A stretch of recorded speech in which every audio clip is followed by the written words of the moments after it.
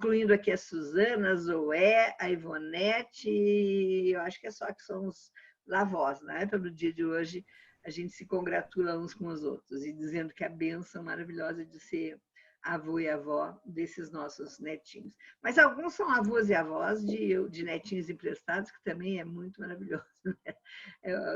Fundamentalmente, ter as crianças com a gente é sempre uma coisa maravilhosa. Bom, eu só queria hoje, rapidinho, no início, depois no final, se entrarem mais pessoas, eu vou falar de novo, lembrar a questão da revista, né? Eu comuniquei durante a semana e queria dizer que aquela questão de fazer depósito em conta ficou meio complicadinha, o pessoal achou mais difícil, coordenação da escola dominical e tudo, então resolvemos fazer indo lá na secretaria da igreja e pegando. Se alguém tiver dificuldade, eu até pensei que entre vocês mesmos, vocês podem se combinar, assim, um vai lá e pega para 2 ou 3, e depois se organizam, porque às vezes aquele horário não é muito favorável, né, para a pessoa ir buscar. De qualquer forma, só lembrando, nós temos 20 revistas para a classe alternativa, que elas estão lá com a Késia. A gente fechou num valor de R$15, conforme já tinha avisado, é um pouquinho menos que isso, mas a gente tem o transporte, tem essas coisas que dão confusão. E nesse momento que nós temos tantos problemas na igreja, a gente achou que R$2 a mais ajudaria a cobrir as despesas todas, né? E nós não teríamos maiores dificuldades. Também dizer que na semana que vem a gente começa a revista nova, né? Então já é edição nova. A revista está muito interessante, ela vai muito para o lado assim mais da antropologia mesmo, mais no sentido da vida devocional interna, pessoal. Então as lições estão muito interessantes, eu acho que vale a pena mesmo a gente ter o texto, né? O texto físico, ele sempre ajuda um pouco mais a gente. Enfim. Mais um detalhe sobre as revistas que eu queria deixar claro. A Késia, que é a nossa secretária, ela vai estar se afastando da função no final dessa próxima semana. Então, ela está sendo a ponte lá, a facilitadora, né, para pegar a revista e tal. E eu tinha pedido que fosse de quarta a sexta da semana passada. Na sexta de manhã eu liguei para ela, só 3 pessoas tinham pegado até então imagino que depois durante o dia, outros podem ter pegado, mas, de qualquer forma, eu suponho que todos nós não pegamos. Então, só chamar a atenção que nós vamos abrir ainda de segunda a quarta dessa semana, naquele mesmo horário, para os irmãos, então, pegarem as revistas lá. Depois dessa data, nós vamos ter que achar um outro esquema, do tipo, trazer para minha casa, deixar na casa de alguém que seja mais central, enfim, não sei exatamente o que nós vamos fazer. Porque daí nós não contamos mais com a presença lá, né, profissionalmente falando, da Késia para resolver o problema para nós. Ok? Então, só fazer esse lembretezinho e dizer que eu vou colocar depois no grupo, né? Que de segunda a quarta dessa semana que entra, ainda vamos ter as revistas lá disponíveis. Ok?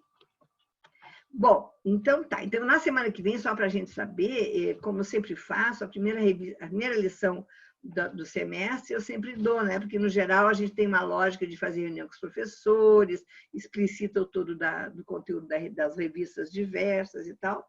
E aí, a primeira lição, então, sempre eu dou no sentido de explicitar para todos o que nós vamos trabalhar no semestre, e já aproveito e já dou a primeira lição.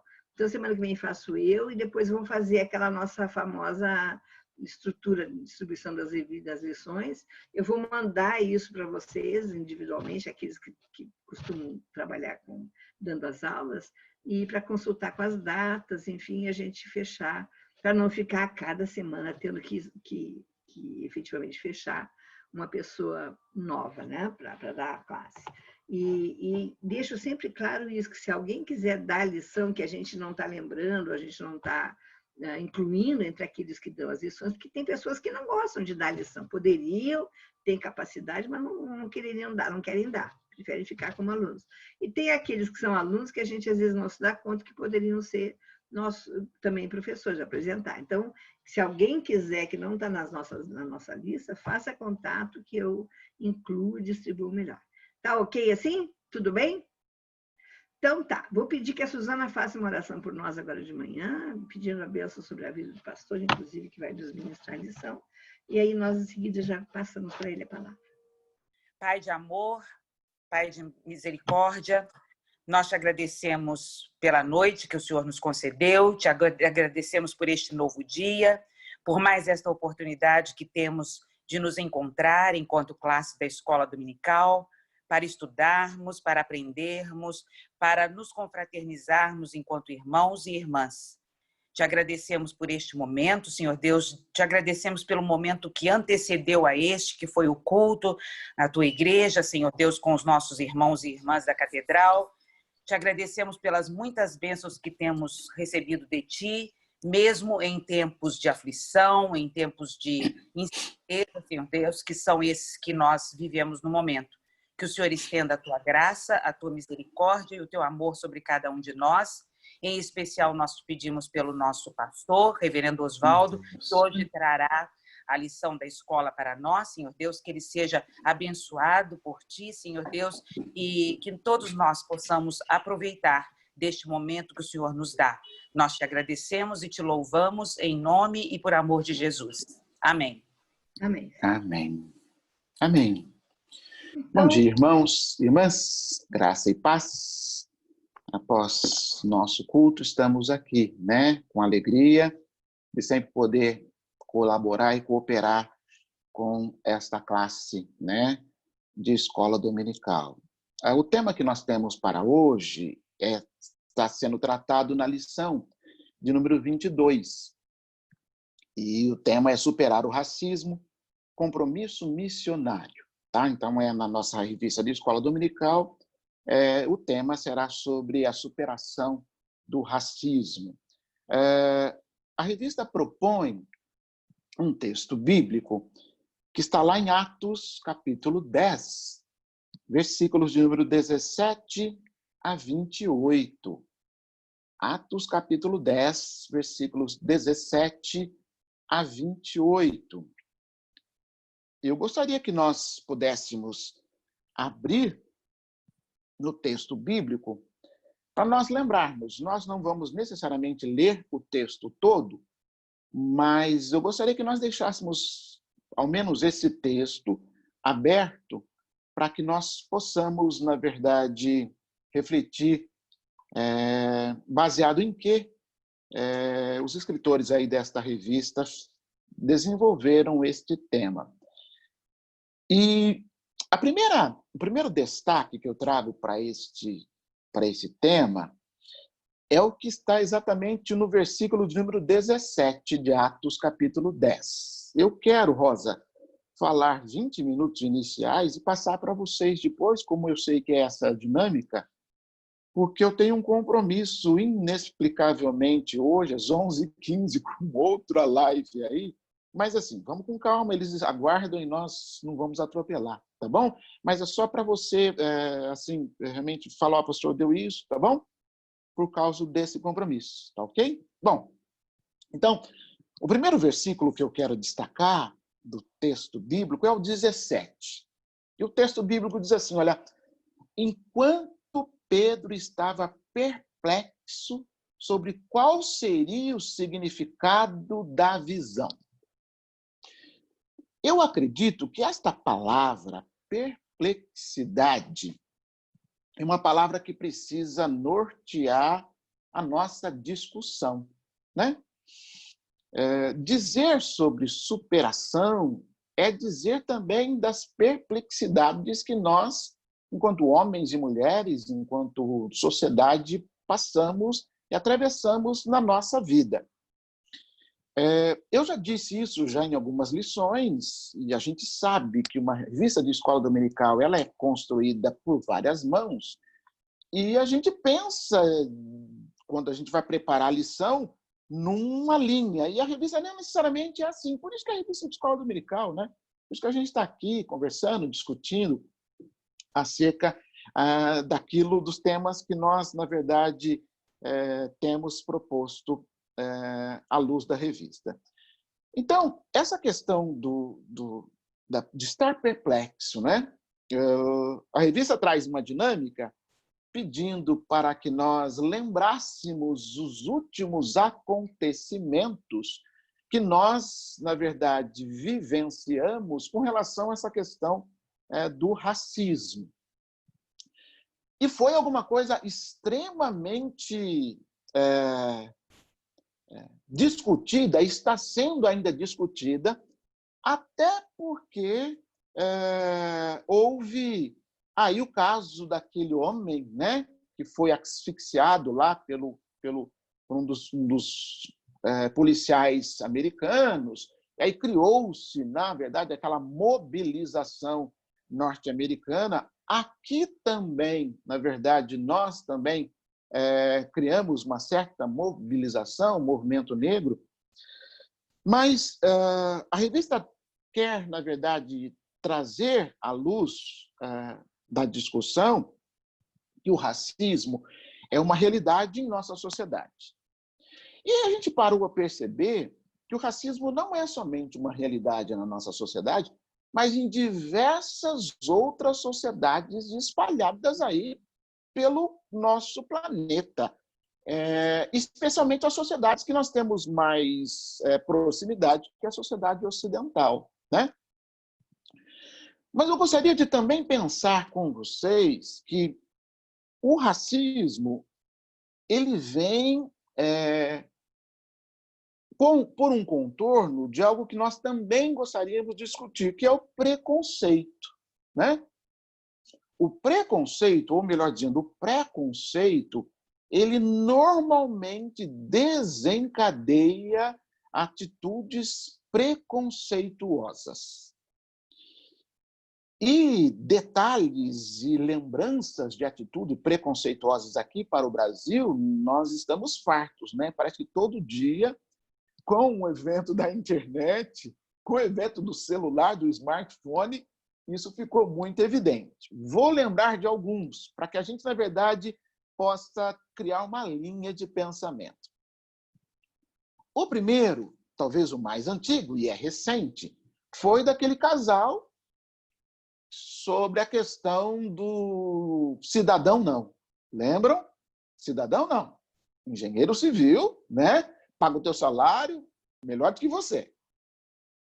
O segundo foi de um caso em Alphaville, também com um policial militar, que ele e o companheiro foram chamados até um Alphaville, chamados por uma denúncia de maus tratos, né? De maus tratos, em que o proprietário, na verdade, também teve uma postura muito semelhante, dizendo, escuta, você está fazendo aqui o quê? Aqui que você está fazendo aqui? Aqui não é periferia, aqui é Alphaville, né? Aqui é Alphaville. E o terceiro, mais contundente, talvez por causa de que tenha sido uma figura pública, sobre aquele desembargador, né? Na Orla de Santos, e que foi convidado pelo guarda municipal a colocar a sua máscara, e ele ficou indignado e pegou o telefone, ligou para o Delbel, e queria... Então, assim, a gente percebe que existe uma estrutura que alimenta atitudes, posturas, uma consciência preconceituosa e que isso decididamente vai estar desembocando naquilo que nós chamamos de racismo. Por que isto é muito mais evidente com relação à questão do racismo? Porque nós temos que entender que nós, sociedade brasileira, somos fruto de uma sociedade escravocrata, né? Os escravizados que foram trazidos aqui para o Brasil, a maior parte deles originários aí da África, tiveram um papel social marcadamente específico na construção da sociedade brasileira, né? Então, a descendência dos escravizados certamente, na verdade, traz esta marca de sempre estar num status quo, abaixo daqueles que não são. Essa é a linha que eu gostaria de, na verdade, passar, dando esse pano de fundo. Nós somos uma sociedade escravocrata, né? Lembrando que no Brasil a libertação dos escravizados foi a última em todo o continente americano, né? É claro que teve primeiro a lei sexagenária, depois teve a lei do ventre livre, mas efetivamente, e por questões que não cabe a gente discutir aqui, a libertação dos escravos ela se deu em último lugar temporal na história aí do nosso continente americano, tá? O texto bíblico, voltando a ele, vai falar de perplexidade, e o texto bíblico vai falar da perplexidade que Pedro, um judeu, né? Um judeu que agora fazia parte do caminho, né? Dos do caminho, como eram conhecidos nessa época, tem quando ele chega na casa de Cornélio, né? Quando ele chega na casa de Cornélio. E é hospedado nesta casa. O texto bíblico diz que, olha, e chamando, versículo 18, indagavam se estava hospedado Simão, por sobrenome Pedro. E aí vem toda a perplexidade de Pedro. A gente vai se lembrar que ele passa por uma experiência aí, que era uma experiência que acho que vale a pena a gente pensar, que não era notadamente com relação à questão racial, mas era a questão do costume, né? Lembrando que Pedro era judeu e Cornélio não era judeu. E ele se viu perplexo diante de todos aqueles animais. O versículo 12 diz todos os animais que estavam, né, ali nesta visão, né, quadrúpedes, répteis da terra e aves do céu. E Pedro, na verdade, se vê perplexo e se pergunta, o que está acontecendo? Qual que tem sido aí a minha postura que o Senhor está me mostrando esta visão?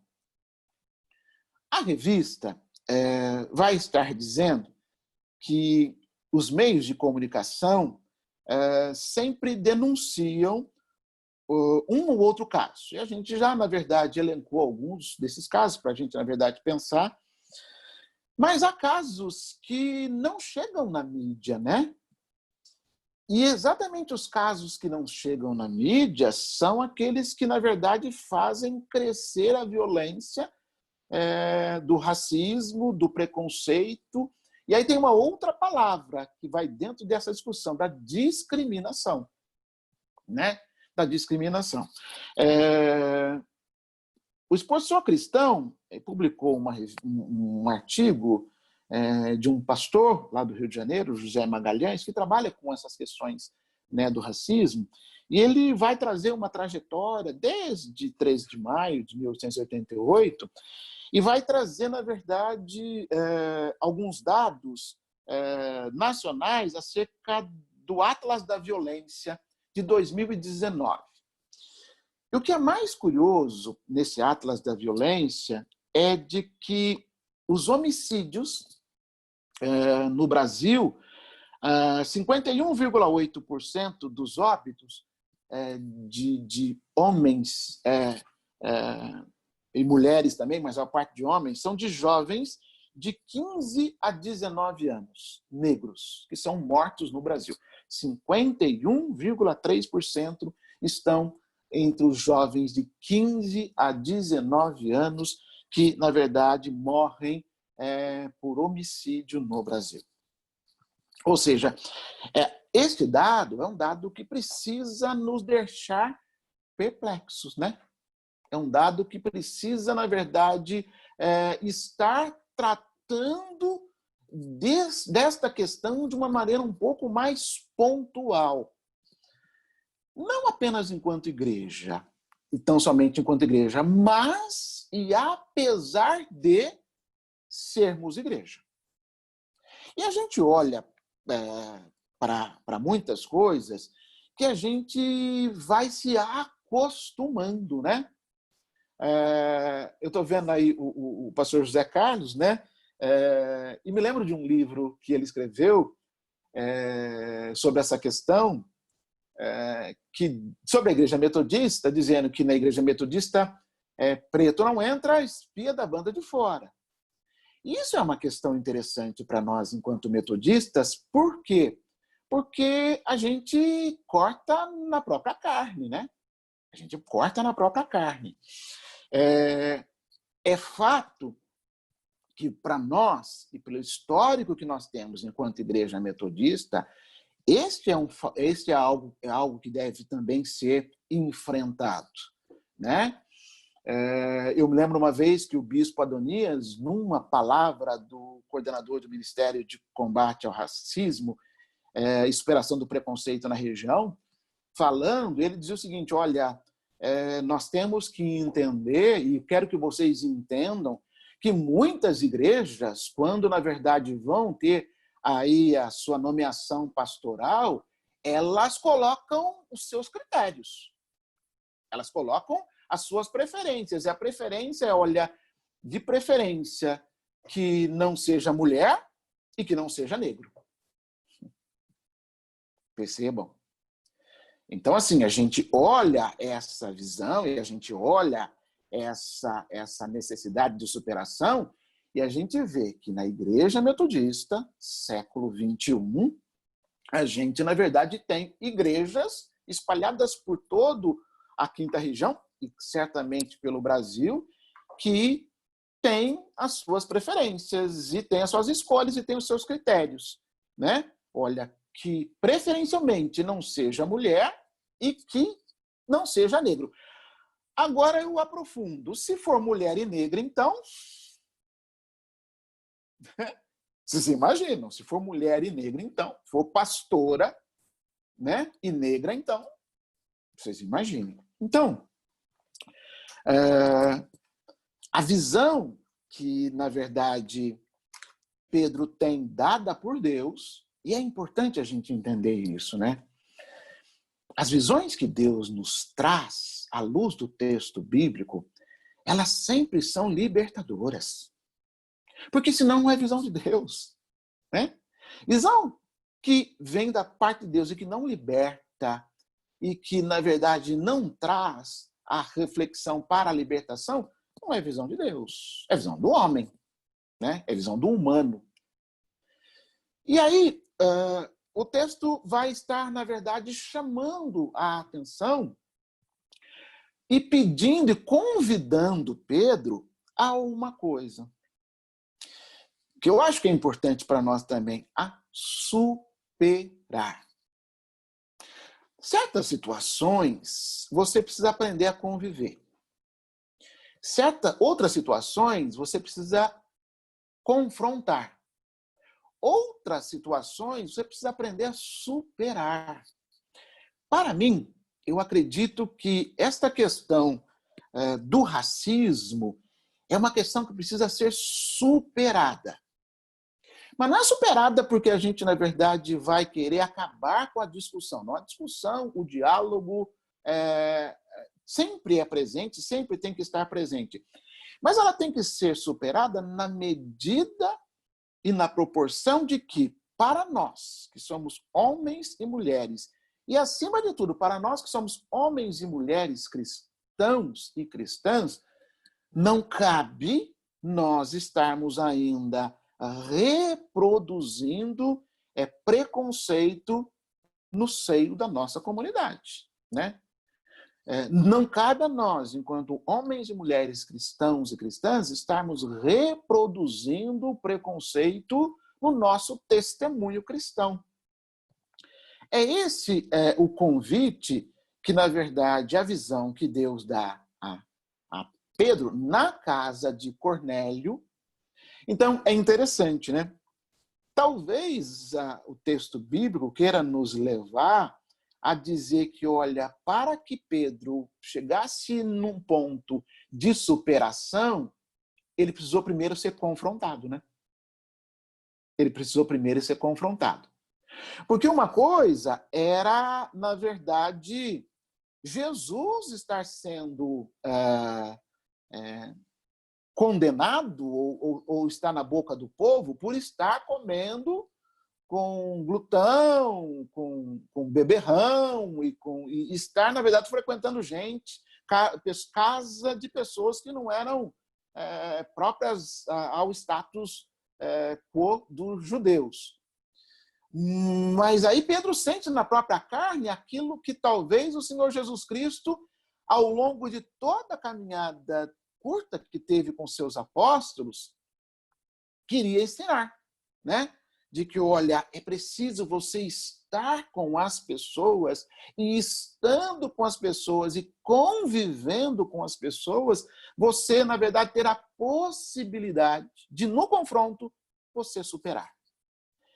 E a superação, ela começa sempre com a superação de si próprio, de si mesmo, né? Então, o texto bíblico, no versículo 19, a gente mantém aberta a nossa Bíblia, diz assim, olha, enquanto meditava Pedro acerca da visão, disse-lhe o Espírito, eis aí os dois homens que te procuram. E aí, o texto bíblico diz que esse confronto e esse encontro de Pedro na casa de Cornélio levou a meditar, a refletir. E muitas das ações que nós temos irrefletidas têm nos levado ao preconceito. E se nos levam ao preconceito, têm nos levado a posturas, a atitudes, a comportamentos racistas. E levando a comportamentos racistas, nos tem levado, conforme é tradição, nós entendermos assim, ao pecado do racismo. Ao pecado do racismo. Pecado este que, na nossa tradição, também foi pensado, né, por João Wesley. Então, a palavra que ilumina da revista da Escola Dominical começa dizendo assim, eu estou na página da revista dos professores, não sei se é a mesma de vocês, mas é a palavra que ilumina a vida. Eu vou ler o primeiro parágrafo aqui, para passar já a palavra a vocês diante dessa introdução aí que eu dei. A base das discriminações está, em parte, nos preconceitos que herdamos da cultura reproduzida, na maioria das vezes, na família e outros grupos dos quais participamos. E na ideia de superioridade que provoca o sentimento de que somos melhores de quem difere de nós. Isso não acontece apenas nas relações pessoais. Essa concepção de superioridade provoca, inclusive, a inimizade entre nações inteiras. Tá bom? Então, com essa introdução, eu queria passar aí a palavra a vocês, para que vocês também possam estar aí contribuindo. Tá bom?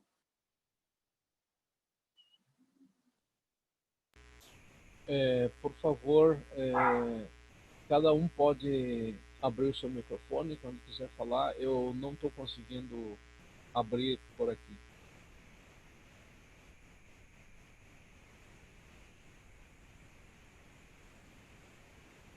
Então, pessoal, estou sendo ouvida ou não?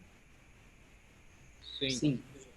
Então, acho que esse tema que o pastor nos traz hoje é um tema de uma força imensa e, ao mesmo tempo, de uma gravidade muito grande, né?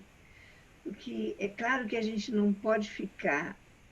Se a gente ficasse só na questão do racismo em si, quer dizer, o negro vale menos, o negro é rechaçado, e tudo isso que a gente vincula a questão da escravidão, que foram as palavras iniciais do pastor, já seria de uma pobreza absolutamente completa e brutal. Mas eu acho que a gente pode estender a questão do preconceito, que leva à discriminação, a inúmeras outras fatias da sociedade, né? Aos doentes, aos idosos, aos deficientes, aos pobres, e assim por diante. Quer dizer, o que está por trás, no pano de fundo dessa nossa discussão da lição de hoje, é efetivamente as duas palavrinhas mágicas, né, que passou por elas, que é a ideia do preconceito, que é inúmeras vezes muito mais cultural do que pessoal. Vivemos numa sociedade que separa, que divide, que faz acepção de pessoas. E a palavra é discriminação, porque toda discriminação nasce de um preconceito, claro. A gente retira, a gente rechaça, a gente nega, a gente exclusiviza, a gente separa, a gente nega o outro em função da ideia que se tem sobre ele, né? A gente não entra de peito aberto nas relações. Eu estava ouvindo o pastor falar e lembrando de uma experiência de criança que eu acho que todos nós já passamos, né? Enquanto criança, a gente, nos grupinhos de escola, a gente simplesmente rechaçava alguns coleguinhas, dizia, aquele é feio, é gordo, é isso, é aquilo, é aquilo outro, não gosto. E inúmeras vezes, quando hoje adultos a gente volta para trás e pensa naquelas situações que certamente todos nós enfrentamos, a gente não sabe nem sequer explicar as razões disso. Nascia de uma compreensão cultural daquele grupo social ao qual a gente pertencia, que parece que tinha que criar alguém que merecesse o rechaçamento da gente. Bom, o que eu quero dizer assim, o preconceito é sempre infantil, né? O preconceito é sempre... o preconceito não resiste a uma análise racional. Porque quando a gente vai para a análise, por que eu rechaço, por que eu nego, por que eu acho que o outro é menos, qualquer coisa que se coloque não resiste na argumentação adulta. Então, eu queria partir desse pressuposto de que a discriminação que a gente vê na sociedade, ela nasce do preconceito, e o preconceito nasce de uma certa irracionalidade nossa, de uma atitude, né, que não sobrevive à análise rigorosa da racionalidade. Bom, mas a gente vive no meio, né, de uma sociedade que é preconceituosa, e a gente ouve isso todos os dias, de todos os lugares, e nos mais diversos comentários. Então, e a gente, por exemplo, na questão das redes sociais, hoje a gente tem isso de uma evidência brutal, né? Isso entra na casa da gente, querendo ou não, os casos, os diversos eventos. E eu acho que a gente tem hoje uma pessoa que pode ajudar bastante a refletir sobre isso, que é o Barbosinha, porque ele tem um estudo forte, né, sobre a questão dos negros na Igreja Metodista. E acho que essa é a grande contribuição que ele pode dar para a gente em algum momento agora da lição de hoje, falando, né, especificamente sobre a questão da negritude. A verdade é que a sociedade hoje, de forma geral, ela está mais atenta a todas essas questões, né? E ela, querendo ou não, nós achando isso interessante ou não, nós, de forma geral, brancos, loiros, olhos azuis e tal, que estamos nessa estrutura de poder, mas a sociedade põe isso para nós com uma grande dificuldade a ser enfrentada, né? Todas as políticas sociais hoje passam por essa questão e não tem como a gente não olhar para isso, no mínimo em função daquilo que socialmente é esperado. Agora, dentro da igreja, dentro da perspectiva cristã, realmente é uma loucura. Quem não se põe esse problema está fora do contexto, né, das discussões, né, sobre religião nos dias de hoje. Acho que a gente precisa abrir, né, precisa ouvir um pouco o que a gente está pensando sobre isso e meio que tentar ir costurando uma situação, um retorno, um encaminhamento dessa questão. Só para dizer para o pastor, fique à vontade, a hora que for precisar então sair, né? A gente sabe que é um outro compromisso. Hoje mesmo, né, no grupo, a gente tem uma live com Edgar Morin, lembra que o Edivaldo mandou ontem, que algumas pessoas estão interessadas, mas começa às 11 horas. Mas nós vamos torno normal aqui com a nossa atividade. Se der tempo, aqueles que quiserem podem participar. Vamos abrir a palavra então, Luiz, abrir os microfones de todo mundo? Cada um tem que abrir o seu, o Luiz já avisou, para podermos... Eu gostaria de falar. Então, vamos lá, Rô. Primeiro, obrigado, pastor, obrigado, Rosa.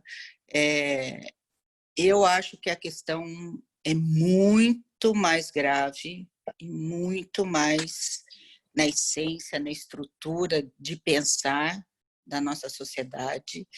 É assustador porque Eu acho que nós, como eu, que somos brancas, ela entra na nossa casa, mas quem é negro vive dentro dele.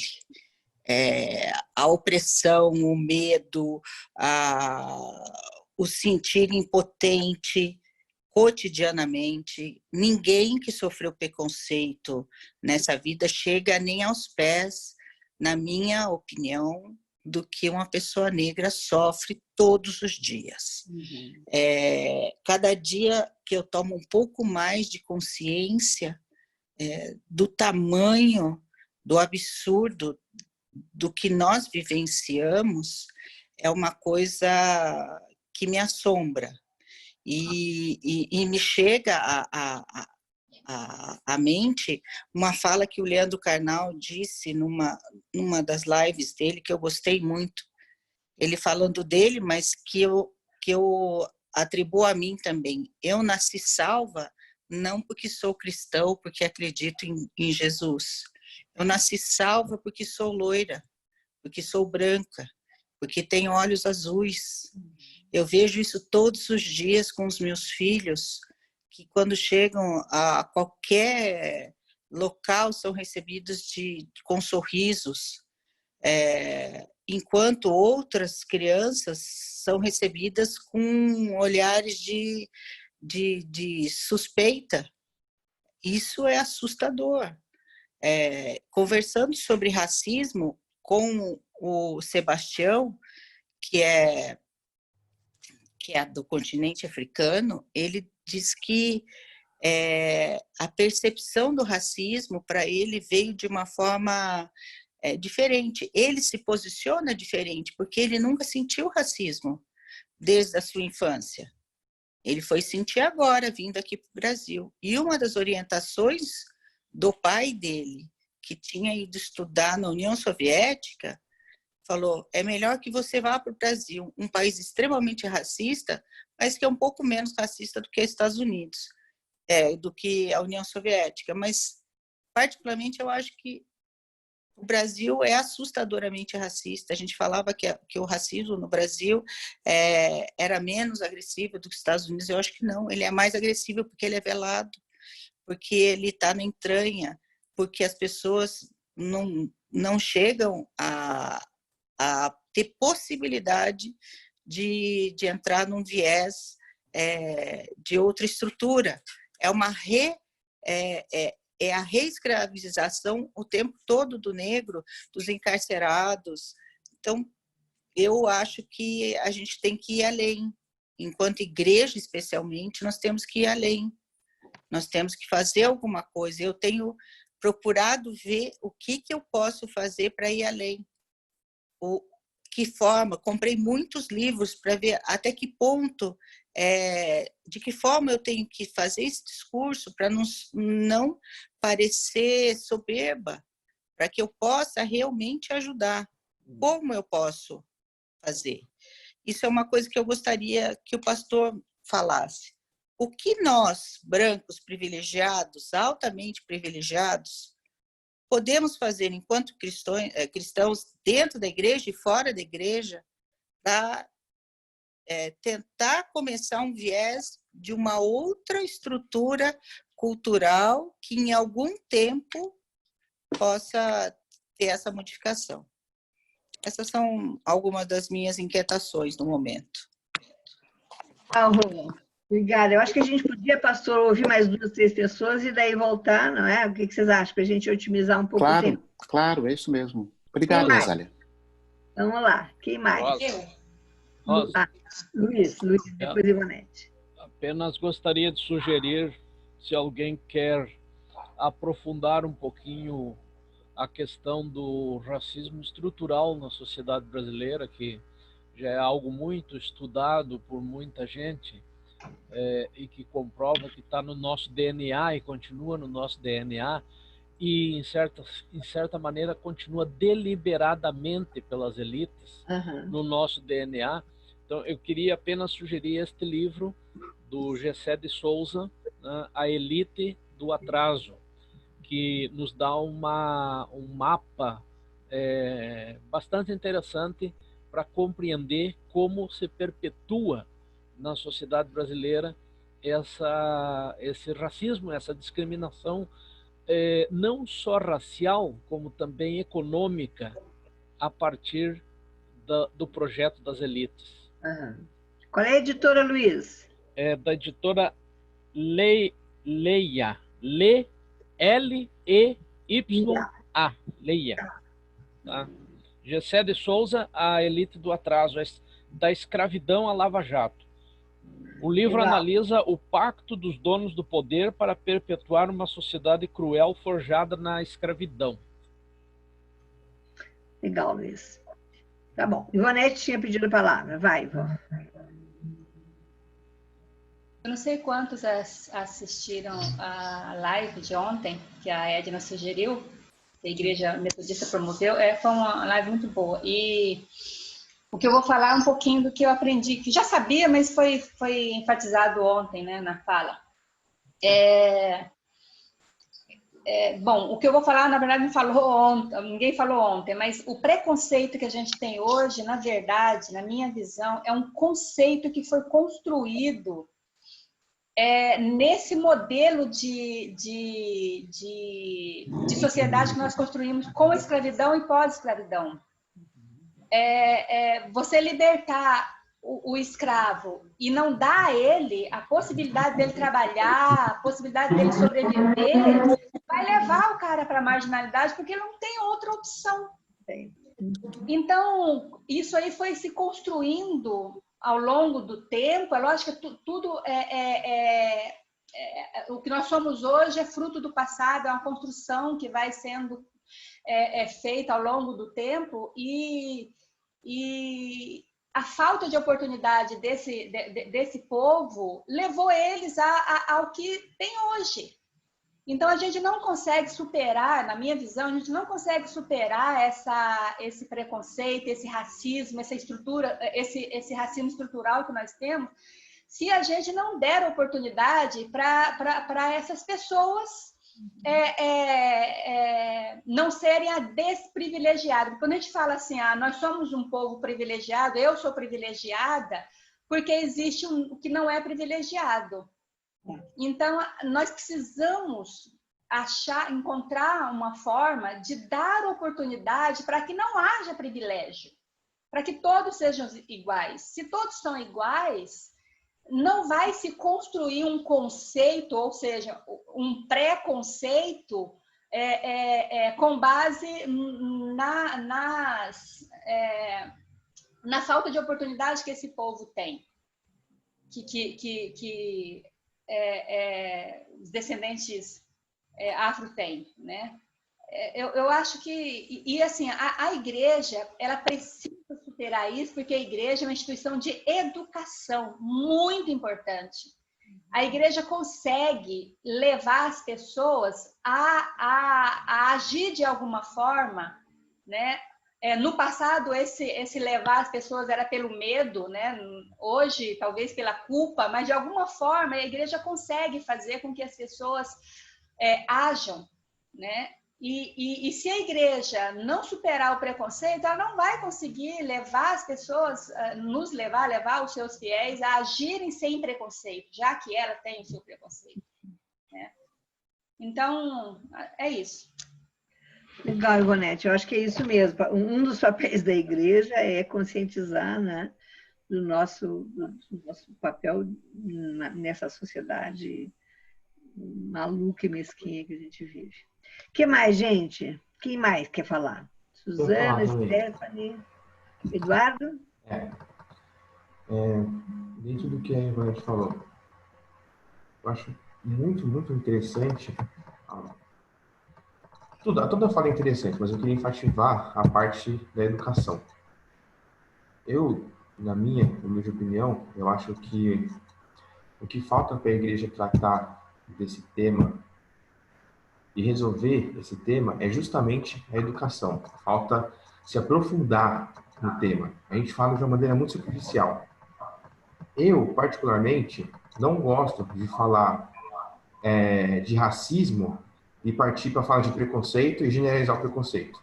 Eu acho que o racismo é um tema que tem que ser estudado especificamente, tem que ser aprofundado o tema, que é um preconceito muito diferente de todos os outros. Quando a gente estuda o porquê foi assinada a Lei Áurea, os moldes, o que sucedeu depois da assinatura, a gente começa a entender o porquê a gente tem a estrutura que a gente tem hoje, porque os negros são tão marginalizados como são hoje. Na live de ontem, que foi interessantíssima, da região de vocês, inclusive, eu ouvi uma coisa que eu nunca tinha ouvido. Eu já tinha lido que, após a libertação dos escravos, eles foram lançados para a própria sorte, saíram sem nada, foram para a rua tentar sobreviver sem trabalho, sem dinheiro, sem perspectiva, sem educação. E eu não tinha ouvido falar o porquê disso. Na minha cabeça foi assim: tem um monte de escravo aí, economicamente não é mais viável a escravidão, então a gente vai libertá-los. Porque economicamente não é mais viável ter os escravos, não porque é uma coisa humanista. E aí eu vi na live de ontem que isso fazia parte de um projeto do Estado para acabar com a raça negra no Brasil. Porque tinha uma linha de estudo que ficou mais evidente em 1911, que dizia que a raça negra é inferior à raça branca. Que mais para frente fica mais evidente ainda com o projeto de poder do Hitler. Então, assim, não foi à toa que aconteceu com os negros o que aconteceu. Aconteceu porque o Estado tinha um projeto de eliminá-los, acabar com eles. E é por isso que existe o racismo estruturado até hoje. E enquanto a gente não se aprofundar no assunto, entender o porquê que existe racismo até hoje, mais do que falar que é um preconceito do mesmo jeito que os outros, a gente não vai conseguir acabar com esse problema. É uma coisa muito mais enraizada.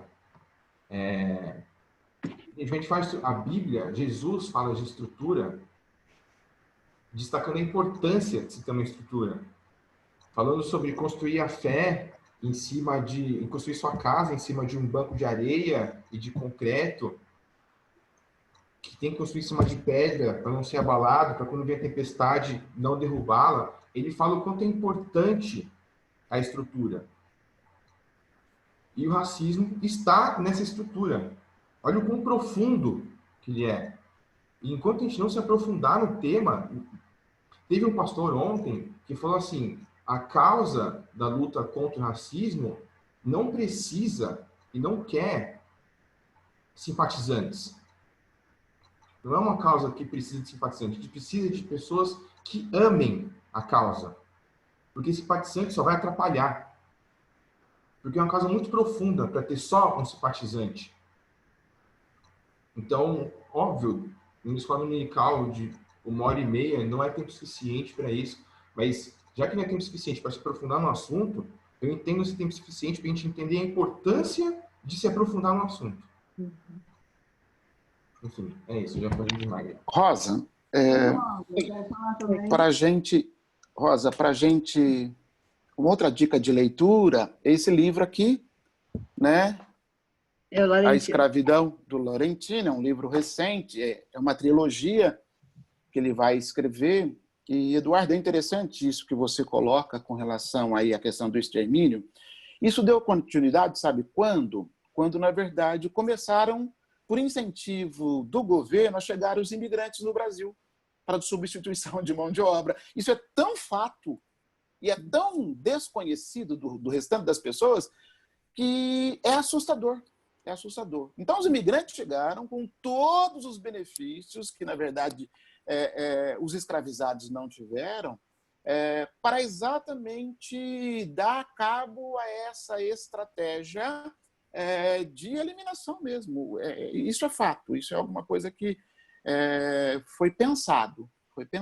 E é interessante também que a revista nos propõe uma coisa interessante que vem à luz daquilo que a Rosália falou no início. Como fazer? E a revista traz uma frase que é algo fundamental para que a gente, na verdade, entenda isso.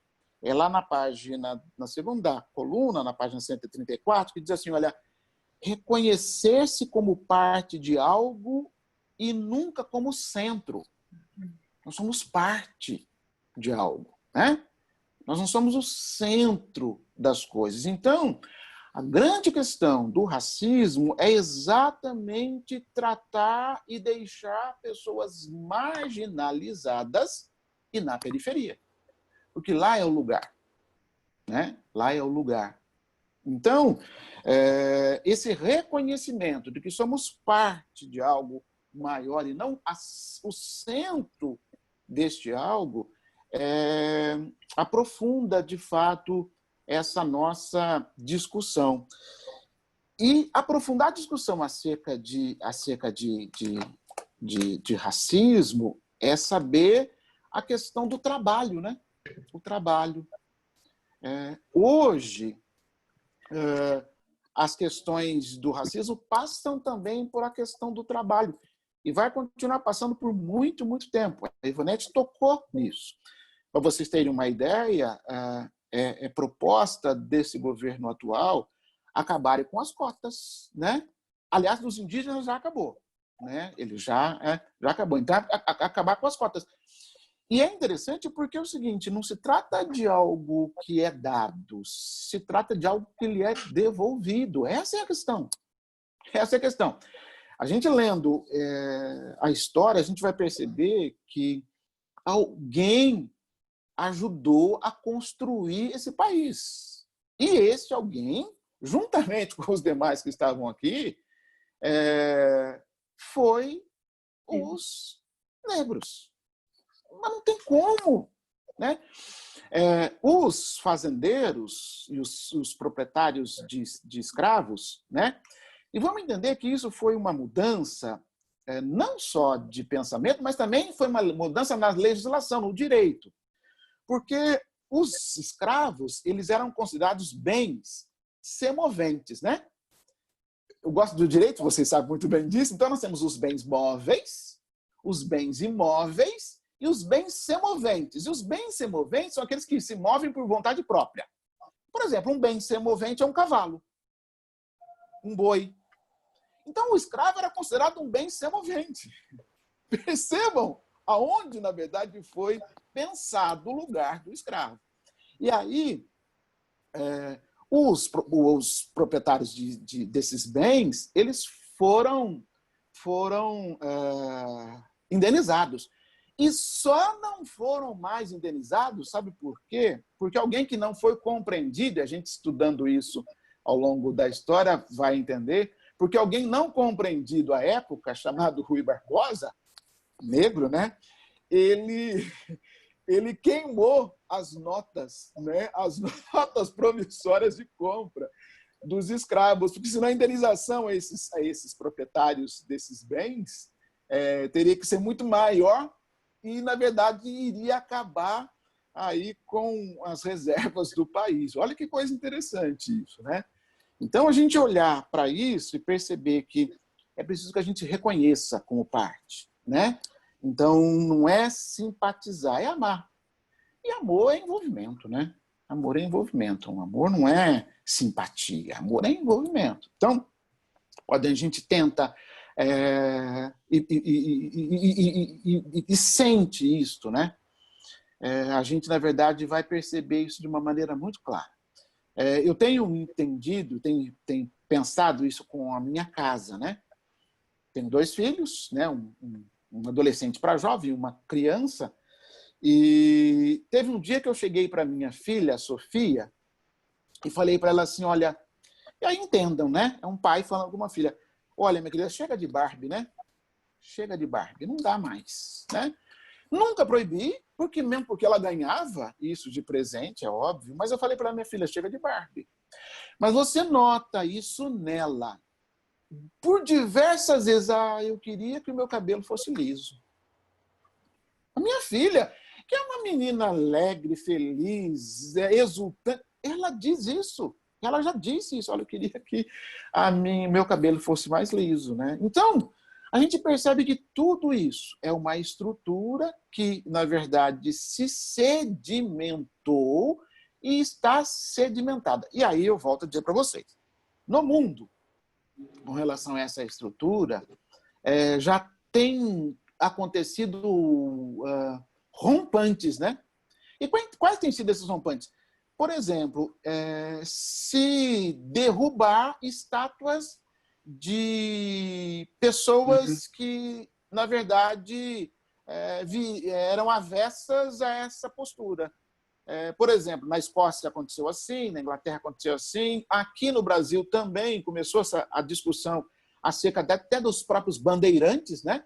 Nós temos aqui várias, né, 2 rodovias principais aqui do estado, né? A rodovia Anhanguera, a rodovia Bandeirantes, que, na verdade, faz essa exultação a esses desbravadores que eram, na verdade, escravagistas, né? Que eram, na verdade, homens truculentos, que matavam para dominar, né? Como mataram os índios, mas como os índios não se adequaram aí ao modelo de escravidão que foi construído no país, no Brasil, eles, na verdade, passaram a ser aí os grandes escravagistas aí do país, tá bom? Eram esses 2 pontos que eu queria só, Rosa, estar, na verdade, destacando e repercutindo com a fala aí dos irmãos, tá bom?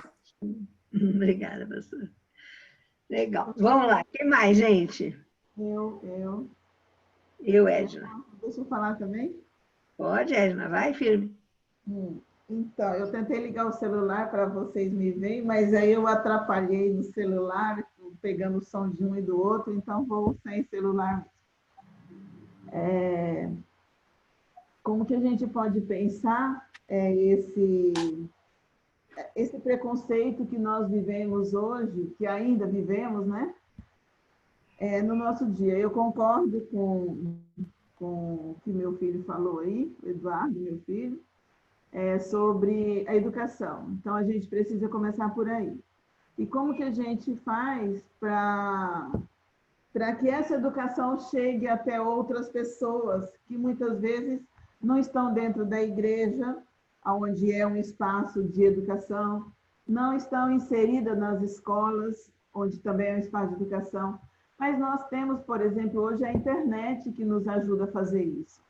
Então, as lives que nós temos visto, os textos que estão disponíveis para nós, nos ajuda com essa educação. Então, eu vejo assim, que situações no nosso dia a dia que nos levam a esse preconceito, uma questão que o pastor colocou aí, quando ele disse assim, ações não refletidas, elas nos levam ao preconceito.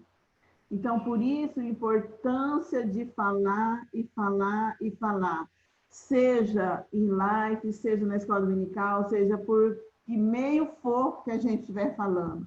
Mas a gente precisa falar sobre isso. E aí, então, nós teremos condições de minimizar esse preconceito que a gente vive. Ditos populares, por exemplo, essas frases que nós ouvimos tanto e que nós falamos também muitas vezes, refletem o nosso preconceito, reflete aquilo que a gente pensa, mas que a gente não verbaliza, mas a gente verbaliza através das falas. Quando a gente olha para alguém e chama a pessoa de mulata, por exemplo, por que ela é mulata? Ela é uma pessoa negra, né? E nós sabemos muito bem, como disse ontem a pastora também na live, a mulata é a filha de um cruzamento de uma mula. E olha como é que a gente chama a pessoa. Situações assim, então, do nosso dia a dia, amanhã é dia de branco, o dia está cheio de problema, o dia está negro, o dia está preto, aí a gente começa a levar tudo isso para esse racismo que está enraizado na nossa cabeça, que está enraizado na nossa estrutura. Então, a gente precisa, a partir de comportamentos do nosso dia a dia, como, por exemplo, o nosso linguajar. Então, a gente refletindo sobre isso, a gente já vai estar minimizando esse preconceito. E aí nós não vamos estar reproduzindo aquilo que todo mundo reproduz. Então, são ações simples que nós precisamos fazer, né? Então, é isso que nós estamos discutindo na escola dominical, me alegra muito, porque é algo que eu gosto e que eu tento me policiar também todos os dias, e sei que ainda sou preconceituosa, mas estou tentando mudar. E peço a Deus que realmente eu não seja só uma simpatizante, né? Como disse o pastor, mas que eu me importe realmente com as causas sociais, com essas questões raciais que está dentro das causas sociais, né? Porque eu sou uma pessoa que declaro para mim mesma que eu amo a Deus. E se eu amo a Deus, a forma de eu expressar esse amor é amando as pessoas. E amando as pessoas do jeito que elas são. Por isso eu preciso de me cuidar. Eu preciso refletir sobre aquilo que eu estou fazendo. Muito obrigada. Legal, Ângela, muito bom. Barbosinha, eu tinha vontade de te ouvir um pouquinho sobre Wesley, né? No que se refere à escravidão. Wesley está no centro desse tempo, né? Da escravidão, e seria legal ouvir um pouco sobre a tua pesquisa, e isso contribuiria bastante. Pode ser? Tem que ligar o teu microfone.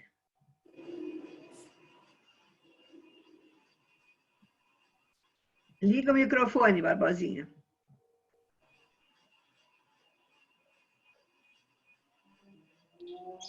Aí, Gaia. Eu acho o tema complexo, mas eu quero dizer uma coisa, que nós corremos o risco aqui também de suavizar um tema que é incandescente, é terrível. Racismo é uma coisa, preconceito é outra. O racismo é crime. É verdade. É crime. Wesley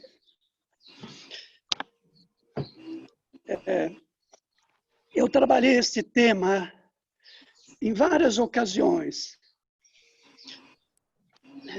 mas por ocasião do meu livro sobre o negro. O negro não entra na igreja, você já conhece o meu livro. E eu já falei outras vezes que, durante a pesquisa para o livro, eu sofri muito, porque eu tinha uma ideia ingênua e alienante da igreja evangélica. Olha só, olha que alienação. Eu achava que bastava a pessoa entrar ou se converter a Cristo para que ela pudesse fazer as coisas direitas, mas, ao contrário, a igreja alimenta esse... A igreja, ela reproduz. A sociedade, às vezes, ela é mais perversa que a própria sociedade. Sobre a questão do metodismo na Inglaterra, claro que em Wesley aparece muita coisa, mas não é tão importante para nós. É importante para nós a chegada do metodismo nos Estados Unidos, na América. Nos Estados Unidos, o movimento metodista cresce assustadoramente.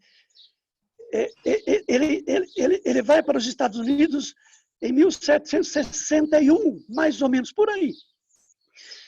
E no final do século XVIII, o metodismo já havia se tornado a instituição mais poderosa, porque há uma expansão muito grande. O movimento metodista cresce e surgem pregadores metodistas com uma mensagem libertadora, revolucionária. E E no sul dos Estados Unidos, a igreja também se expande, ela cresce. E tem uma data simbólica, 1824. Há uma conferência na Igreja Metodista dos Estados Unidos, e essa conferência foi determinante para a história do metodismo lá. Nesse período, 1824, a Igreja Metodista já era a maior denominação dos Estados Unidos, o presidente americano era metodista, o presidente do Senado era metodista, o presidente da Câmara era metodista, ou seja, a Igreja Metodista era muito grande. Só que, na conferência, no Concílio Metodista, surge uma questão importante. As fazendas dos metodistas do Sul permitiam que pregadores entrassem e evangelizassem os negros escravizados. Só que muitos pregadores metodistas eram incendiários, eles falavam da necessidade de uma abolição dessa escravatura. E essa questão aparece no concílio. Aparece no concílio metodista. E o tema foi esse. E a igreja decidiu, nessa ocasião, foi o seguinte: se os pregadores metodistas continuarem falando de libertação dos escravos, os fazendeiros metodistas não permitiriam mais que os pregadores entrassem nas fazendas para evangelizar. E essa questão foi levada para o concílio. E a Igreja Metodista dos Estados Unidos decidiu. E decidiu mal. Então, eles escolheram continuar que as fazendas ficassem abertas para os pregadores metodistas. E eles, então, decidiram, olha, daqui para frente é preciso mudar a mensagem da pregação. Fala-se, a partir de agora, pode falar de uma libertação da alma, libertação no céu, mas não pode falar de uma libertação física. Não pode envolver política com o evangelho. É neste período que se dá o predomínio do que nós chamamos, né, em história, a escola de teologia espiritual, né?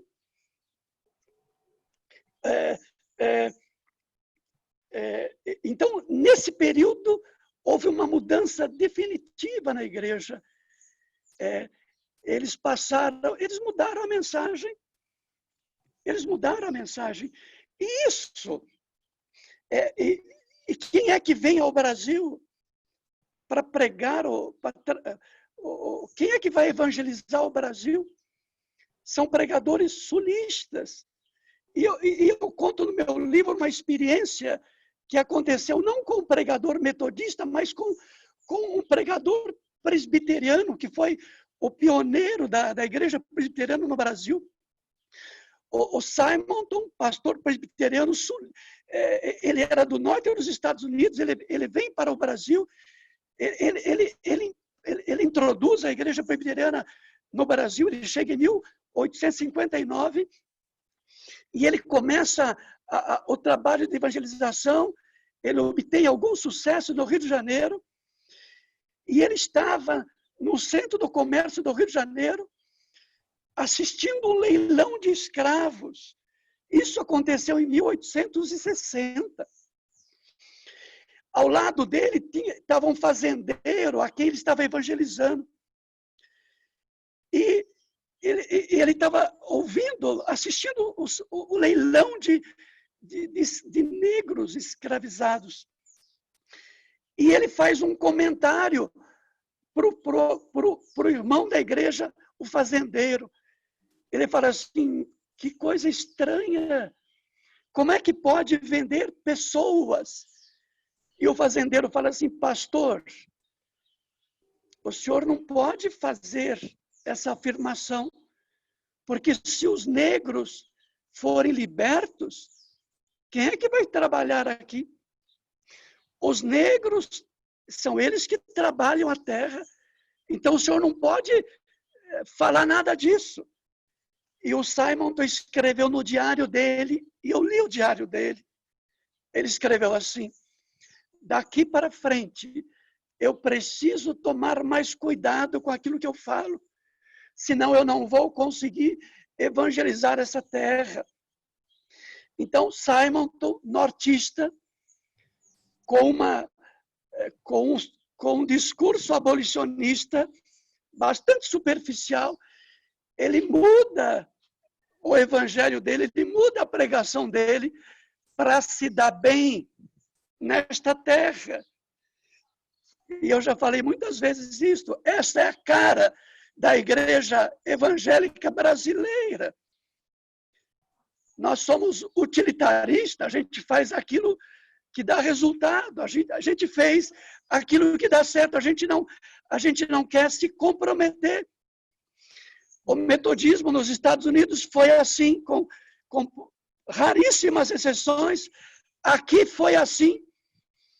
E eu fui convidado, há anos atrás, para redigir a pastoral contra o racismo. Eu e mais 5 companheiros. O único branco era eu.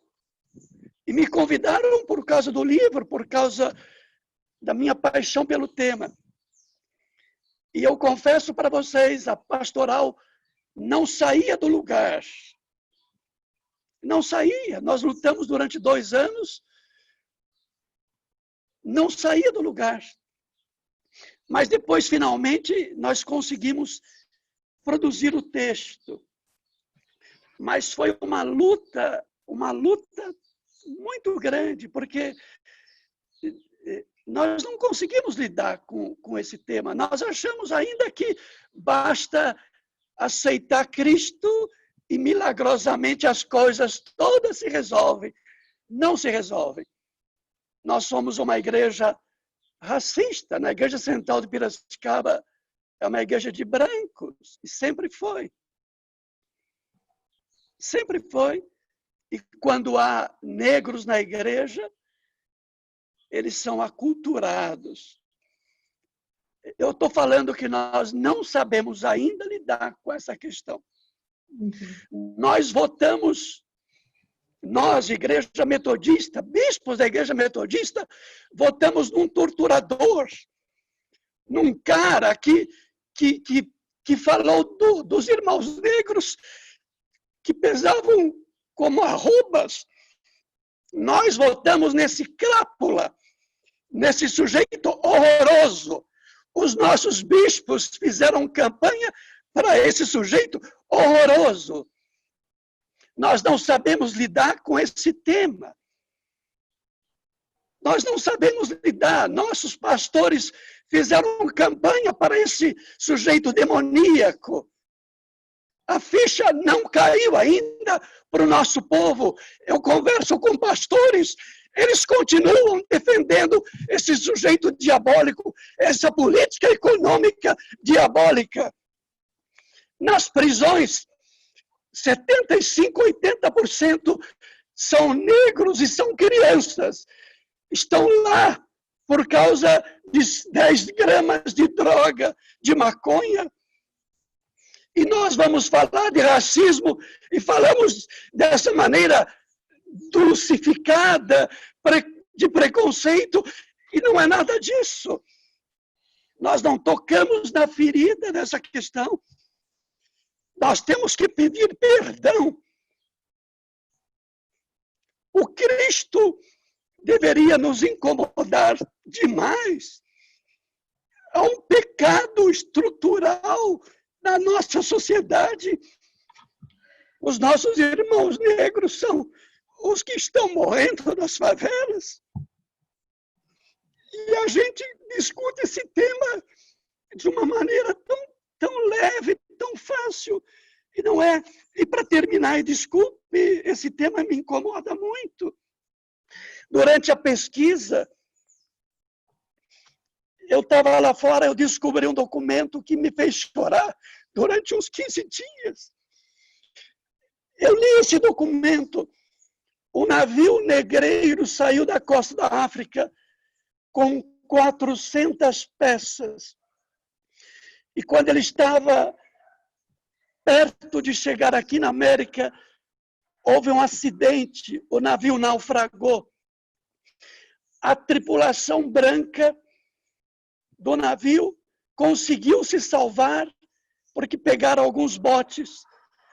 E 2 pessoas dessa tripulação conseguiu chegar nas Antilhas.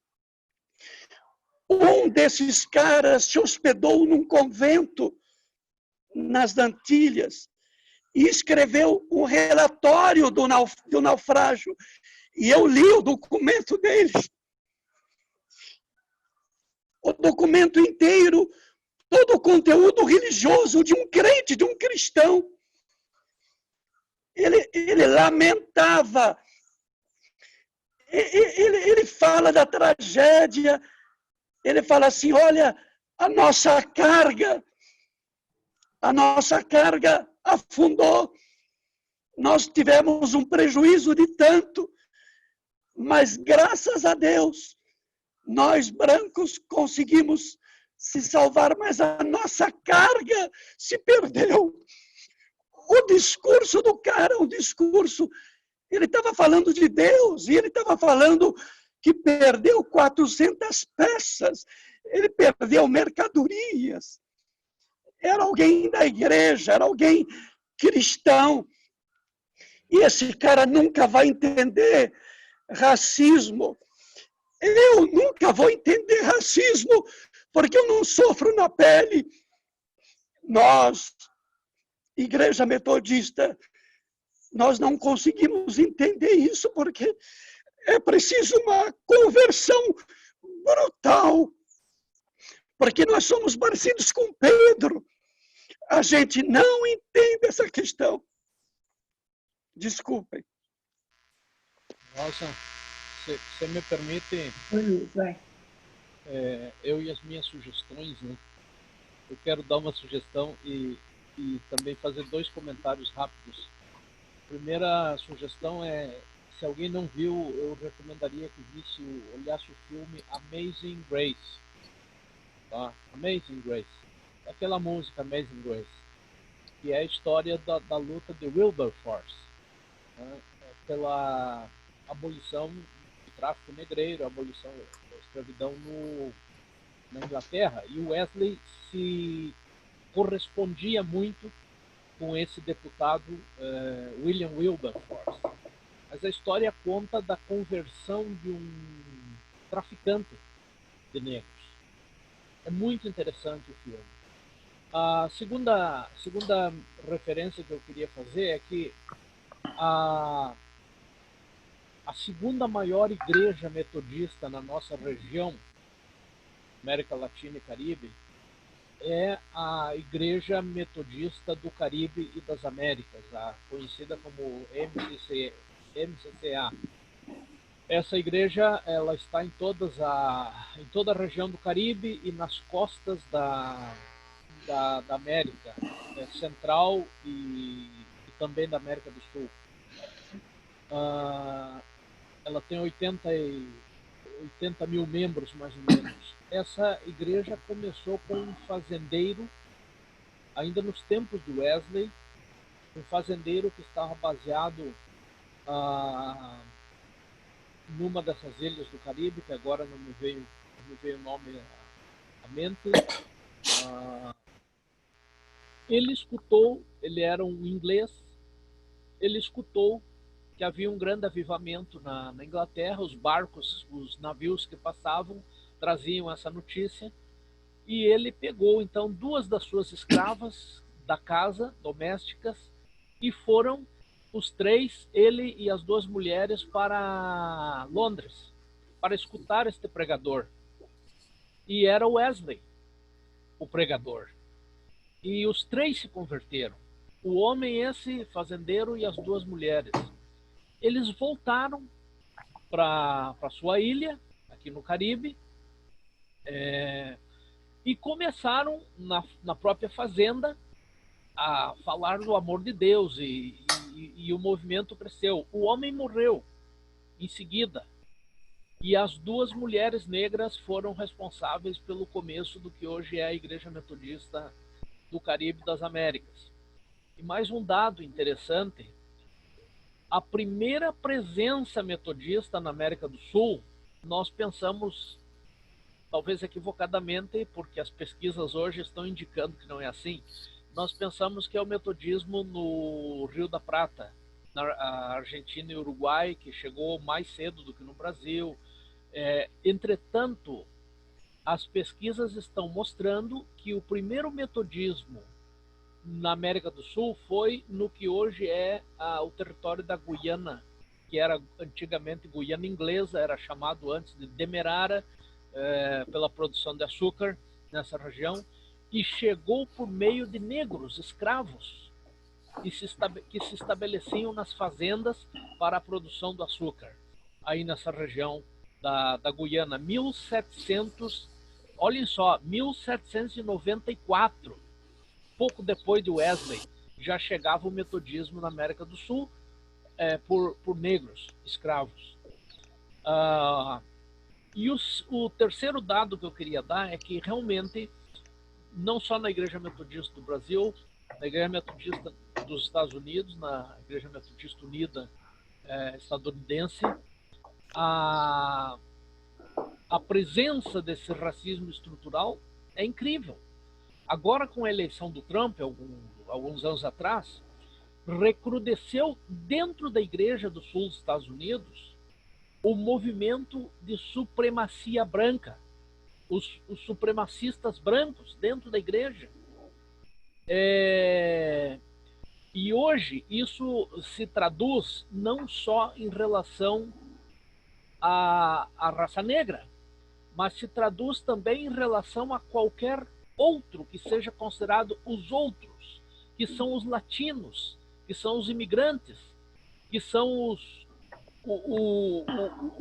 do Oriente, os indianos, e qualquer um. Rosa, só assim para fechar com relação à questão da revista e tudo isso que nós ouvimos, a revista ela traz uma última frase que eu acho que é importante a gente pensar lá na página 135, que diz assim, olha, testemunhar o amor de Deus perpassa por ressignificar a forma de amar. Eu acho que a revista foi muito feliz na construção desta frase, porque é exatamente isso que nós ouvimos, né? E é exatamente isso que a gente experimenta enquanto igreja. É preciso que a gente ressignifique a forma de amar, né? Então, essas questões, conforme já foi dito logo no início, né? Como diz a música, cada um sabe onde ele aperta o calo, né? Mas, assim, o racismo é uma forma de discriminação, sim, mas é a pior delas. Se há melhor delas, que eu acho que não exista. Mas é importante a gente dizer que o racismo é a pior forma de discriminação humana que existe. Tá bom? Eu agradeço aí essa oportunidade, viu, Rosa, a essa classe, aos demais irmãos e irmãs. Eu, de fato, tenho outro tema a participar. Esse mês que entra agora, eu vou participar de uma live que vai tratar sobre isso. Eu fui convidado pelo presidente do CONEPI, né, que é o Conselho de Negros de Piracicaba, a estar participando. Estará alguns amigos meus aqui de Piracicaba. Depois eu passo para vocês o link, tá bom? Vamos estar aprofundando isso aí também, tá bom? Muito obrigado, viu? Deus abençoe. Uma alegria saber que vocês, na verdade, estão aí enquanto igreja. Deus abençoe, viu? Amém. Bom, pessoal, eu quero dizer assim, ó, primeiro, claro, agradecer ao pastor que esteve com a gente, tudo. Segundo, dizer que a fala do Barbosinha é sempre uma fala que faz doer, né? Porque o Barbosinha tem a coragem sempre de tocar naquilo que é o mais complicado, que é aquilo que é o que mais nos envergonha, aquilo que mais nos mexe conosco, né? Toca no nosso interior. Eu acho que ele tem toda a razão quando ele diz as coisas que ele diz. Eu queria dizer que, quando eu vi a Rosália chorando, eu também estava chorando aqui na fala do Barbosinha. E eu agradeço sempre muito a Deus pela vida do Barbosinha, porque ele faz isso com a gente, né? Ele constrange, ele consegue, do lugar dele, tocar o coração da gente mesmo. E, às vezes, eu estou discutindo esses temas como esse aqui de hoje, pensando, a coisa é muito mais embaixo, né? A coisa é muito mais dolorosa. Mas, de qualquer forma, eu também acho que é uma bênção que a gente possa ter a coragem de fazer esses enfrentamentos aqui.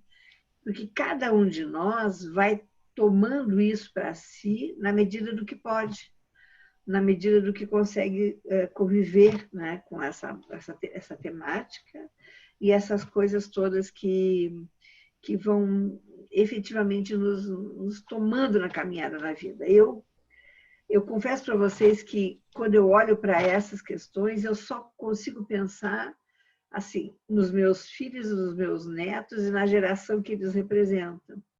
Eu só consigo pedir a Deus nas minhas orações cotidianas que ajude a cada um deles a se conscientizar antes, um pouco antes daquele tempo, que é o tempo que a gente está se conscientizando disso, né?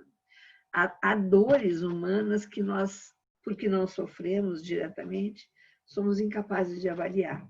Acho que uma delas é a questão mesmo do racismo. Bom, a gente termina hoje a nossa reunião, já bem atrasadinha no nosso horário, mas a gente termina mais ou menos do jeito como essa classe sempre termina, né? Assim, agudizados pela temática, atingidos no mais profundo interior da gente pelas nossas impossibilidades e, ao mesmo tempo, incomodados no sentido de sair disso, né? Tentando outros espaços, outras participações, outras formas de pensar um mundo que seja mais inclusivo, mais interessante, né? Mais rico, porque o mundo branco, loiro, de olho azul é muito pobre, né? É de uma pobreza que dói na alma. Na minha alma dói, eu tenho certeza que na alma de todos nós. Então, assim, eu só posso terminar a aula de hoje dizendo para vocês que estou feliz porque a gente foi impactado por uma temática muito dolorosa. Esse livro do Laurentino, que o Luiz está sugerindo para nós, está fazendo assim uma ótima... Oi? O pastor sugeriu o Laurentino. Ah, foi o pastor, tá. E é um texto, acho que o Laurentino, na mesma semelhança daquela Mary Del Priore aqui da Unesp, eles fazem uma história viva muito interessante que nos ajuda muito. Eu não sei se é porque eu estou um pouco mobilizada hoje, porque também eu estou lendo o livro da Olga Benário sobre a questão do Prestes e da Olga, e a história é assim brutal e dolorosa, porque ela vai passando por essa dor, né? Dor de uma filha que não conseguiu conhecer a mãe, mas que foi preservada pela própria mãe. Enfim, os temas biográficos são sempre muito lindos, né? E o Laurentino, eu acho que faz um trabalho muito bonito de tradução, né, para uma literatura fácil de ser entendida. Ele traduz esse drama mesmo dos grandes temas, no caso aqui para nós, a escravidão. Acho que a gente precisa ir terminando, né, gente? Vou pedir que o Luiz, se alguém tiver mais alguma coisa que falar, por favor, fale. Senão, peço para o Luiz fazer uma... Rosa, eu Sim. queria fazer um agradecimento para o Barbosinha, porque eu acho que nesses momentos é que a gente sabe o quanto a gente é limitado enquanto cristão, enquanto a gente é limitado enquanto pessoa, entendeu? E o quanto a gente pode melhorar. Então, essa fala, ainda bem que está gravada, eu quero mostrar para os meus filhos e eu quero que eles sejam melhores do que hoje muita gente é, entendeu? O que eu sou também. Então, muito obrigada, Barbosinha. Foi excepcional o que você narrou. Que bom, né? Porque, na verdade, isso eu acho que é uma coisa interessante na nossa classe, né? A gente faz uma opção na classe por ficar sem chão, né? Eu acho que essa classe tem uma característica que é dela, que a gente precisa preservar. Eu acho que é um lugar na igreja onde a gente se olha na nossa imperfeição, na nossa feiura, na nossa incapacidade, né, de vivenciar profundamente o Evangelho, e, ao mesmo tempo, uma classe onde a gente renova a esperança, porque também não dá para ficar só na dor e na lágrima, a gente vai tentando refazer, né, os laços com a gente mesmo, se perdoar um pouco, porque a gente comete tantos pecados. Esse é um deles, mas é um lugar também onde a gente consegue projetar o depois. E quando a gente fala nos filhos, nos netos, eu falei nos netos, a Rosália fala nos filhos, a gente fala também nesse papel da educação da igreja, né? Eu louvo a Deus todos os dias porque a gente tem esse lugar aqui, na minha vida hoje, é esse lugar aqui que me permite a educação cristã, aquilo que a gente entende por educar como mudança, né? Como um novo olhar sobre a realidade, sobre o nosso papel nessa realidade. Eu terminaria assim. Peço que o Luiz, então, faça uma oração para nós. Oremos. Senhor nosso Deus, nós te agradecemos por esse tempo que passamos juntos aqui na manhã desse dia, pela importância do tema que nós discutimos, ouvimos, conversamos, refletimos, e não pode ser outra, Senhor, a nossa atitude senão a de pedir perdão pelos nossos pecados, pelas nossas omissões, Senhor, pelas nossas faltas graves em relação a esse tema que nós discutimos. Perdoa, Senhor, a nossa igreja, perdoa, Senhor, o nosso mundo, mas ajuda-nos a aprender de Ti e do Teu amor para construir uma nova sociedade que todos nós estamos esperando e almejamos. Bendiz, Senhor, este dia e as demais coisas que vamos fazer no decorrer dele. Que a Tua graça nos acompanhe e nos guarde hoje e sempre. Amém. Amém. Amém. Boa semana, queridos. Bom domingo para todos nós, né? Boas reflexões aí para frente. Tá bom? Tchau, tchau. Da hora, né? Mas hoje